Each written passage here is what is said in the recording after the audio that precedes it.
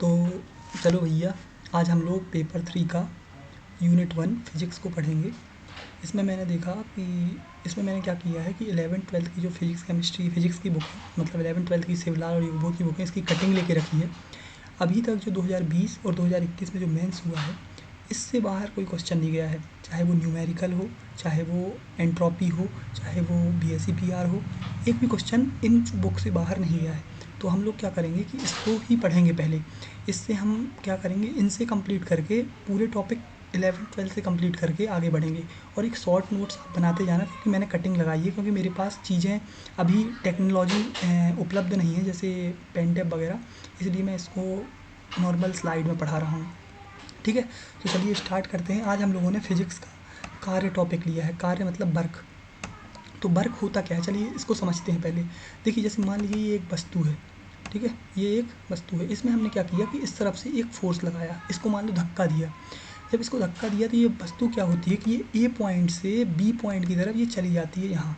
ठीक है, तो जितनी दूरी इसने कवर की ना, जितनी दूरी ये फिसल के गई, इस दूरी का ये दूरी और जितना इस पर फोर्स लगा है, ये इन दोनों का मल्टीप्लाई होता है क्या, इन दोनों का मल्टीप्लाई होता है वर्क। ठीक है, तो हमने क्या पढ़ लिया अभी तक कि मान लीजिए कोई वस्तु है, उसको हमने इस तरफ से धक्का दिया।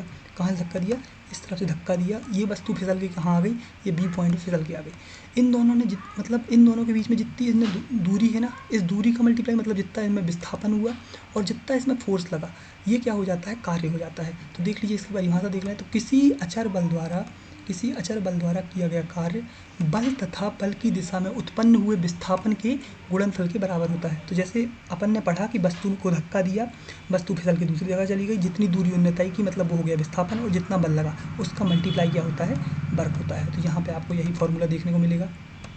ये देख लीजिए, बल की दिशा में विस्थापन इंटू बल, तो ये हो गया बल। बल होता क्या है आपने पढ़ लिया। अब आते हैं अपन नेक्स्ट। तो नेक्स्ट स्लाइड में जब आएंगे तो नेक्स्ट स्लाइड में दिया हुआ कि मान लीजिए, चलिए आपने बोला कि बल को हमने धक्का दिया। बल को अगर धक्का दिया है तो वो किसी एंगल में भी तो चेंज हो सकती है ना, किसी एंगल तरफ भी जा सकती है ना। मान लीजिए किसी एंगल पे वो विस्थापित हो गई, तो इसके लिए हम क्या करेंगे, उसके घटक होते हैं दो। एक होता है साइन थीटा वाला, जो कि ऊपर की ओर लगता है। एक होता है कॉस थीटा वाला, जो कि इस तरफ लगता है। तो अब मान लीजिए ये बल की दिशा है, तो बल की दिशा की ओर कौन सा लग रहा है, कॉस थीटा लग रहा है। तो बल की दिशा, ये देख लीजिए, बल की दिशा में ये लग रहा है। तो यहाँ पे आपको क्या देखने मिलता है कि W जो है ना, वर्क जो होगा F into S cos theta देखने को मिलता है, क्योंकि क्या है, फोर्स जो लग रहा है वो विस्थापन की दिशा में ही लग रहा है, इसलिए आपको यहाँ पे ये देखने मिल जाता है। ठीक है, तो ये हमने क्या पढ़ लिया, अगर कोई मान लो किसी एंगल पे होता है अगर, ठीक है। फिर इसके आगे हम पढ़ते हैं, अगर कि जो कार्य होता है, मान लीजिए इसकी दिशा, एक दिशा निर्धारित है, अगर देख लें आप तो दिशा एक निर्धारित है, तो ये कौन सी राशि होगी, ये अदिश राशि होगी। ये एफ और एस का अदिश गुणनफल होता है, इसलिए अदिश राशि होती है। जनरली देखते हैं कि सदिश राशि में ही इसको लोग लिख देते हैं सदिश राशि, लेकिन ये आपको ये लिख के आना है कि दो सदिशों का अदिश गुणनफल होता है अदिश। जो दो सदिश राशियाँ होती हैं, मान लीजिए जो बल है वो भी सदिश राशि है, विस्थापन है वो भी सदिश राशि है, लेकिन इन दोनों का अगर गुणनफल होगा वो हमेशा क्या होगा, अदिश राशि होगा। क्या होगा, अदिश राशि होगा। फिर हम नेक्स्ट स्लाइड में आते हैं। देखिए, अपन ने अभी तक पढ़ लिया कार्य क्या होता है।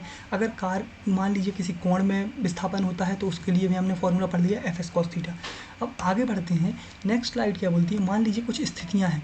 मान लीजिए यहाँ पे हमने थीटा इक्वल्स टू 0 डिग्री रख दिया उस स्थिति में, तो यहाँ पे क्या होगा, तो यहाँ पे जो कार्य होगा, जो कार्य होगा वो हमेशा पॉजिटिव होगा, क्योंकि कॉस 0 डिग्री इक्वल्स टू क्या होता है, एक।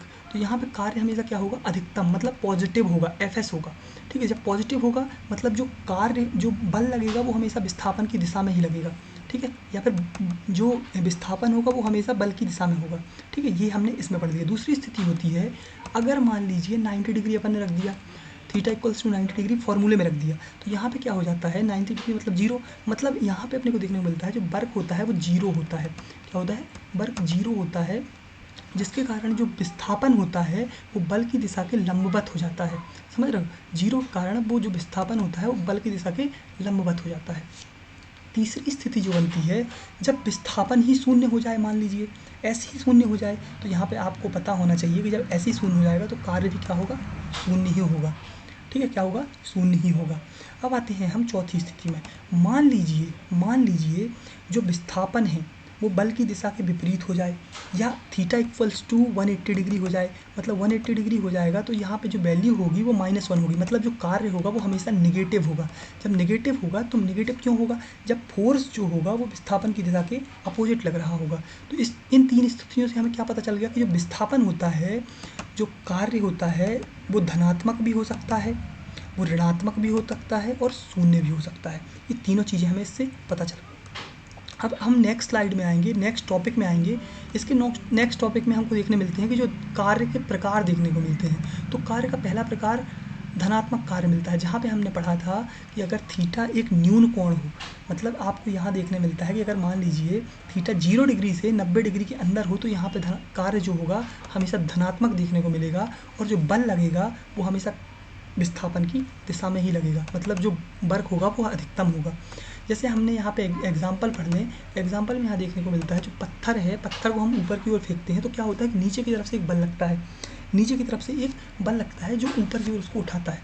ये हम पढ़ लेते हैं। इसमें अगर देखा जाए तो जो पत्थर का विस्थापन होता है वो हमेशा ऊपर की ओर होगा, जब नीचे से बल लगेगा तो जो बल लग रहा है और विस्थापन हो रहा है वो दोनों एक ही दिशा में हो रहे हैं। ठीक है, यहाँ पे हमको ये एग्जांपल मिल जाता है। दूसरा होता है ऋणात्मक कार्य। ऋणात्मक कार्य में अगर देखें तो जो 90 डिग्री से, मतलब 90 डिग्री से बड़ा होना चाहिए, 90 डिग्री नहीं होना चाहिए, 90 डिग्री से बड़ा होना चाहिए, तब यहाँ पे ऋणात्मक कार्य मिल जाता है। हमने 180 डिग्री में पीछे पढ़ा हुआ है।